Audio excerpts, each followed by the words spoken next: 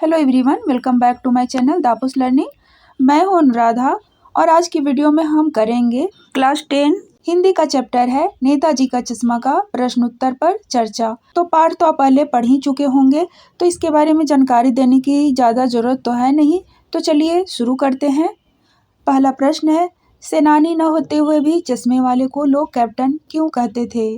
तो इसका उत्तर है, सेनानी न होते हुए भी चश्मे वाले को लोग कैप्टन इसलिए कहते थे क्योंकि उसके अंदर देशभक्ति की भावना कूट कूट कर भरी हुई थी।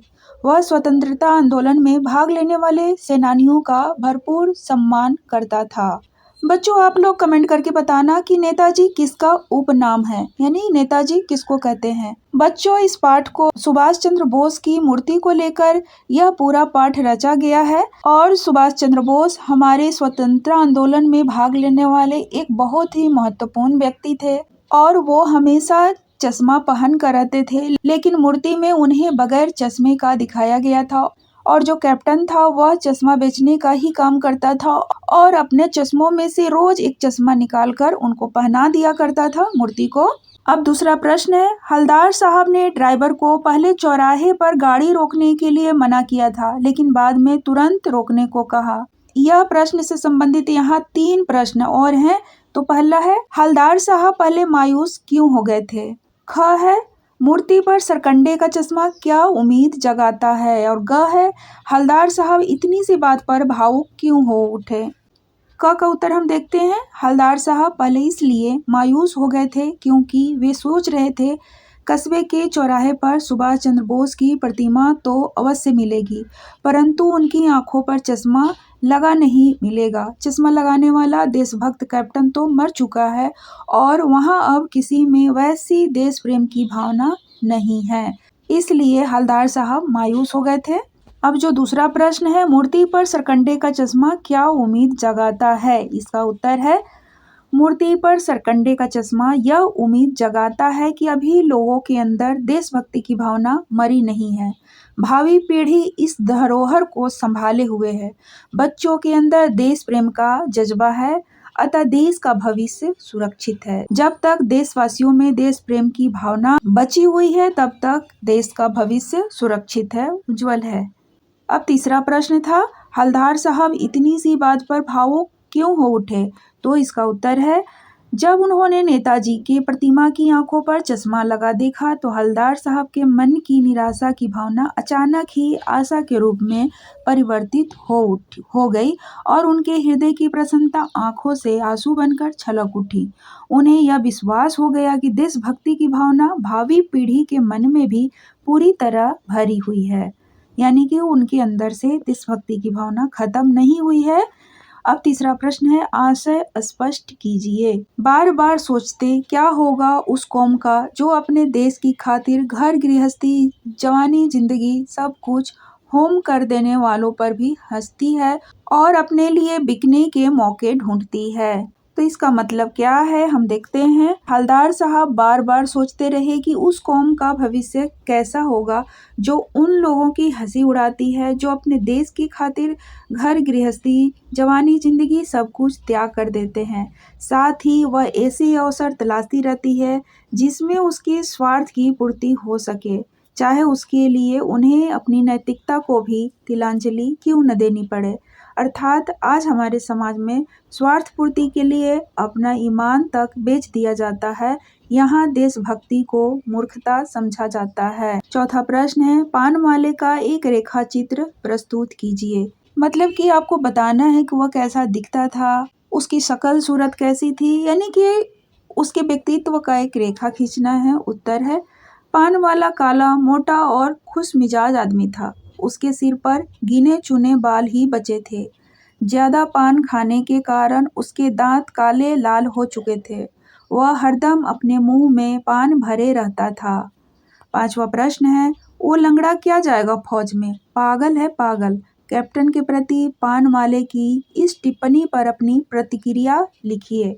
तो उत्तर है इसका, यह टिप्पणी कैप्टन के बारे में हवलदार साहब द्वारा पूछे जाने पर पानवाले द्वारा कही गई थी, जो बिल्कुल उचित नहीं था। कैप्टन शारीरिक रूप से अक्षम था, जिसके लिए वह फौज में नहीं जा सकता था। परंतु उसके हृदय में जो अपार देशभक्ति की भावना थी वह किसी फौजी से कम नहीं थी। कैप्टन अपने कार्यों से जो असीम देश प्रेम प्रकट करता था उसी के कारण पानवाला उसे पागल कहता था। ऐसा कहना पानवाले की स्वार्थपरता की भावना को दर्शाता है जो सर्वथा अनुचित है। वास्तव में तो पागलपन की हद तक देश के प्रति त्याग व समर्पण की भावना रखने वाला व्यक्ति श्रद्धा का पात्र है, उपहास का नहीं। आजकल बच्चों यही ट्रेंड चल रहा है कि जो दूसरे की फिक्र करता है, दूसरे की सहायता करता है या दूसरे के लिए जो अच्छा सोचता है उसका मजाक उड़ाया जाता है, उसे पागल समझा जाता है। अब है रचना और अभिव्यक्ति का प्रश्न। छठा प्रश्न है, निम्नलिखित वाक्य पात्रों की कौन सी विशेषता की ओर संकेत करते हैं? तो पहला इसमें से है, हलदार साहब हमेशा चौराहे पर रुकते और नेताजी को निहारते। तो हलदार साहब का चौराहे पर रुकना और नेताजी की मूर्ति को निहारना उनकी कौन सी विशेषता को प्रकट करता है? तो उत्तर है, हलदार साहब का हमेशा चौराहे पर रुकना और नेताजी को निहारना यह प्रकट करता है कि उनके अंदर देशभक्ति की भावना प्रबल थी और वे स्वतंत्रता के लिए संघर्ष करने वाले महापुरुषों का हृदय से आदर करते थे। नेताजी को पहनाए गए चश्मे के माध्यम से वे कैप्टन की देशभक्ति को देखकर खुश होते थे, जिनके लिए उनके मन में श्रद्धा थी। अब दूसरा वाला प्रश्न है, पान वाला उदास हो गया। उसने पीछे मुड़कर मुंह का पान नीचे थूका और सर झुकाकर अपनी धोती के सिरे से आंखें पोंछता हुआ बोला, साहब कैप्टन मर गया। अब पान वाले की विशेषता को बताना है। यहाँ कैप्टन की मृत्यु की बात पर पान वाले का उदास हो जाना और सर झुकाकर आंसू पोंछना इस बात को प्रकट करता है कि पान वाले के हृदय में कैप्टन के प्रति गहरी आत्मीयता की भावना थी। कहीं न कहीं उसके मन में भी कैप्टन की देशभक्ति के लिए श्रद्धा थी, जिस कारण कैप्टन के मर जाने पर वह दुखी हो गया। उपरोक्त घटना से पान वाले की संवेदनशीलता और देश प्रेम की भावना का पता चलता है।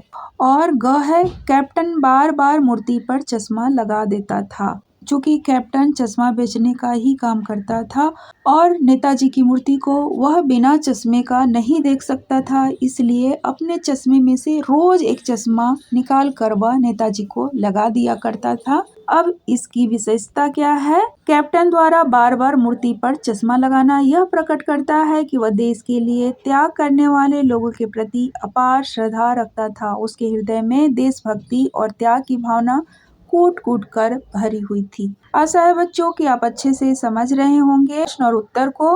वीडियो आपको अच्छा लग रहा है तो लाइक कर दीजिए, अपने नियर एंड डियर में ज़्यादा से ज़्यादा शेयर कीजिए।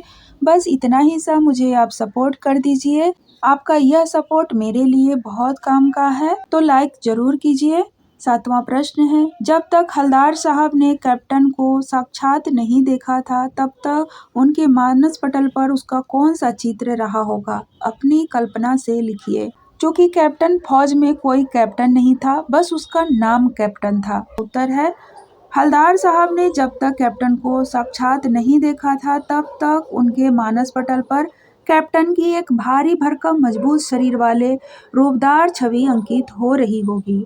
उन्हें लगता था फौज में होने के कारण लोग उन्हें कैप्टन कहते हैं। बच्चों, इस पाठ में बहुत सारे प्रश्न उत्तर है और हम इस वीडियो में प्रश्न उत्तर से लेकर रचना, अभिव्यक्ति और भाषा तक के प्रश्न करेंगे, तो यह वीडियो काफी लंबा हो जाएगा, लेकिन आप धैर्य के साथ पूरे वीडियो को लास्ट तक देखिए।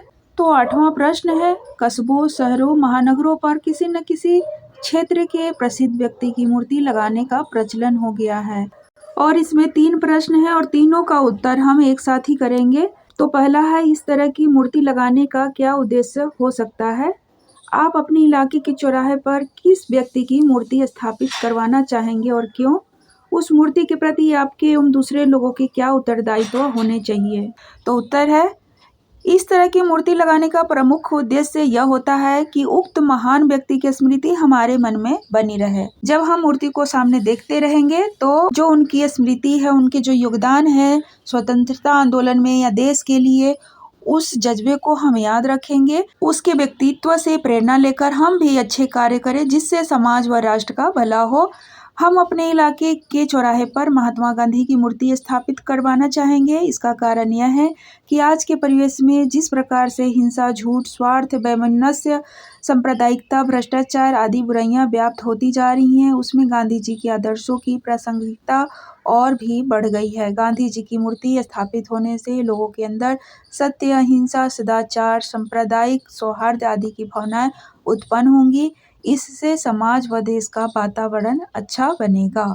और हमारा क्या उत्तरदायित्व होना चाहिए? इसका उत्तर है, हमारा यह उत्तरदायित्व होना चाहिए कि हम सब मूर्ति की गरिमा का ध्यान रखें। हम न तो स्वयं उस मूर्ति का अपमान करें अथवा उसे क्षति पहुंचाएं और न ही दूसरों को ऐसा करने दें। हम उस मूर्ति के प्रति पर्याप्त श्रद्धा प्रकट करें एवं उस महापुरुष के आदर्शों पर स्वयं भी चलें तथा दूसरे लोगों को भी चलने के लिए प्रेरित करें। 10वां प्रश्न है, निम्नलिखित पंक्तियों में स्थानीय बोली का प्रभाव स्पष्ट दिखाई देता है। आप इन पंक्तियों को मानक हिंदी में लिखिए। तो देखिए बच्चों, अब आ गया भाषा का प्रश्न। यहाँ पर बोली के शब्द जो पाठ में आए हैं उसका उल्लेख है, इसको मानक हिंदी में लिखना है। मानक हिंदी में इसको कैसे रूपांतरित करेंगे? वहाँ पर ग्राहक को गिराक लिखा हुआ था, तो अगर कोई ग्राहक आ गया और उसे चौड़े चौखट चाहिए, यानी कि चौड़ा फ्रेम चाहिए, तो कैप्टन कहाँ से लाएगा? तो उसे मूर्ति वाला चौखट दे देता है और उसकी जगह दूसरा लगा देता है। यह है उसका मानक हिंदी में रूपांतरण। अब 11वां प्रश्न है, भाई खूब, क्या आइडिया है? इस वाक्य को ध्यान में रखते हुए बताइए कि एक भाषा में दूसरी भाषा के शब्दों के आने से क्या लाभ होते हैं। क्योंकि जो आइडिया शब्द है वह इंग्लिश का शब्द है, तो यही आपको बताना है कि एक भाषा का शब्द दूसरी भाषा में आ जाता है तो उसके क्या लाभ होते हैं। एक भाषा में दूसरी भाषा के शब्दों के आने से उस भाषा की भावाभिव्यक्ति की क्षमता में वृद्धि होती है, भाषा का भंडार बढ़ता है, भाषा का स्वरूप अधिक आकर्षक हो जाता है, भाषा में प्रवाहमयता आ जाती है।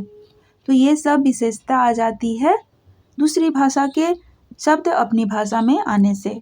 अब है 12वां प्रश्न, निम्नलिखित वाक्य से निपात छांटिए और उनसे नए शब्द बनाइए। यहाँ पर थोड़ा सा प्रिंटिंग मिस्टेक है, निपात छांटिए और उनसे नए वाक्य बनाइए।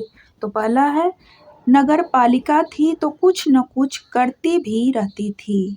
तो इसमें कुछ न कुछ निपात है। निपात किसे कहते हैं और क्या होता है, इसके बारे में मैंने पिछले काफ़ी सारे वीडियो में बता रखा है, तो आप उनको जाकर देख सकते हैं और अच्छे से समझ सकते हैं।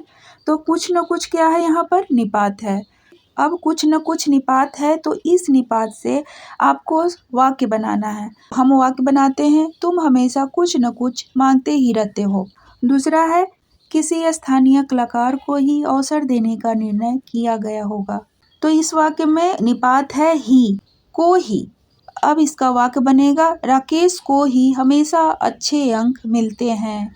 अब ग है, यानी चश्मा तो था लेकिन संगमरमर का नहीं था। तो इसमें निपात है तो। अब इसका सेंटेंस हम बनाते हैं, रास्ते में कोई सवारी तो थी नहीं। शब्दों पर जोर डालने के लिए इसका प्रयोग किया जाता है। अब घ है, हलदार साहब अब भी नहीं समझ पाए। तो यहाँ पर है भी, ये है निपात भी। अब इससे सेंटेंस, तुम अब भी बाजार नहीं गए। नेक्स्ट है, 2 साल तक हलदार साहब अपने काम के सिलसिले में उस कस्बे से गुजरते रहे। तो यहाँ पर निपात है में। इस समय में तुम्हें अधिक मेहनत करनी चाहिए। आपका फाइनल एग्जाम आने वाला है, तो इन समय में, इस टाइम पीरियड में आपको ज़्यादा मेहनत करने की ज़रूरत है। जैसे फरवरी मार्च में आपका एग्ज़ाम शुरू हो जाता है, तो इस टाइम में आपको अधिक मेहनत करने की ज़रूरत है। होप कि आप समझ गए होंगे। अब 13वां प्रश्न है, निम्नलिखित वाक्यों को कर्मवाची में बदलिए। बच्चों, आप लोगों के लिए भाषा का टॉपिक बहुत ही महत्वपूर्ण है, क्योंकि पेपर में बहुत सारे प्रश्न इससे आते हैं। आपका सारा व्याकरण का पार्ट इसमें आ गया, वाच्य, निपात, विशेषण, क्रिया, है ना। तो ध्यान से देखिए। अब है, निम्नलिखित वाक्यों को कर्मवाच्य में बदलिए। बच्चों, वाच्य 3 प्रकार का होता है, कर्मवाच्य, भाववाच्य और कर्तृवाच्य। तो आप लोगों को इन वाक्यों को कर्मवाच्य में बदलना है। तो पहला है, वह अपनी छोटी सी दुकान में उपलब्ध गिने चुने फ्रेमों में से नेताजी की मूर्ति पर एक फिट कर देता है। तो इसका जो कर्मवाच्य है उसके द्वारा अपनी छोटी सी दुकान में उपलब्ध गिने चुने फ्रेमों में से नेताजी की मूर्ति पर एक फिट कर दिया जाता है। तो ये हो गया कर्मवाच्य, फिट कर दिया जाता है ना। अब नेक्स्ट है पान वाला नया पान खा रहा था। अब इसका उत्तर है पान वाले से नया पान खाया जा रहा था। ओके। अब है नेक्स्ट, पान वाले ने साफ बता दिया था। क्या साफ बता दिया था, इसका कैसे करेंगे, पान वाले द्वारा साफ बता दिया गया था। नेक्स्ट है ड्राइवर ने जोर से ब्रेक मारा। तो इसका है ड्राइवर द्वारा जोर से ब्रेक मारा गया। अब नेक्स्ट है नेताजी ने देश के लिए अपना सब कुछ त्याग दिया। इसका है नेताजी द्वारा देश के लिए अपना सब कुछ त्याग दिया गया। अब नेक्स्ट है हलदार साहब ने चश्मे वाले की देशभक्ति का सम्मान किया। हलदार साहब द्वारा चश्मे वाले की देशभक्ति का सम्मान किया गया। 14वां प्रश्न है नीचे लिखे वाक्यों को भाववाच्य में बदलिए। पहला है माँ बैठ नहीं सकती। अब इसका उत्तर है माँ से बैठा नहीं जाता। मैं देख नहीं सकती, चलो अब सोते हैं। माँ रो भी नहीं सकती। तो इसका उत्तर है माँ से बैठा नहीं जाता, मुझसे देखा नहीं जाता, चलो अब सोया जाए। माँ से रोया भी नहीं जाता। तो बच्चों यह था नेताजी का चश्मा पाठ के सभी प्रश्नों का उत्तर। बच्चों वीडियो बनाने और आप लोगों तक पहुंचाने में बहुत मेहनत लगता है, तो अगर अभी तक वीडियो को लाइक नहीं किया है तो कर दीजिए, शेयर कीजिए और सब्सक्राइब करने का मन है तो वो भी कर सकते हैं, क्योंकि आपको 12th क्लास तक मेरे चैनल पर सभी वीडियोज हिंदी के मिलेंगे। तो चलिए मिलते हैं किसी और वीडियो में, तब तक अपना ध्यान रखिए। Thank you for watching.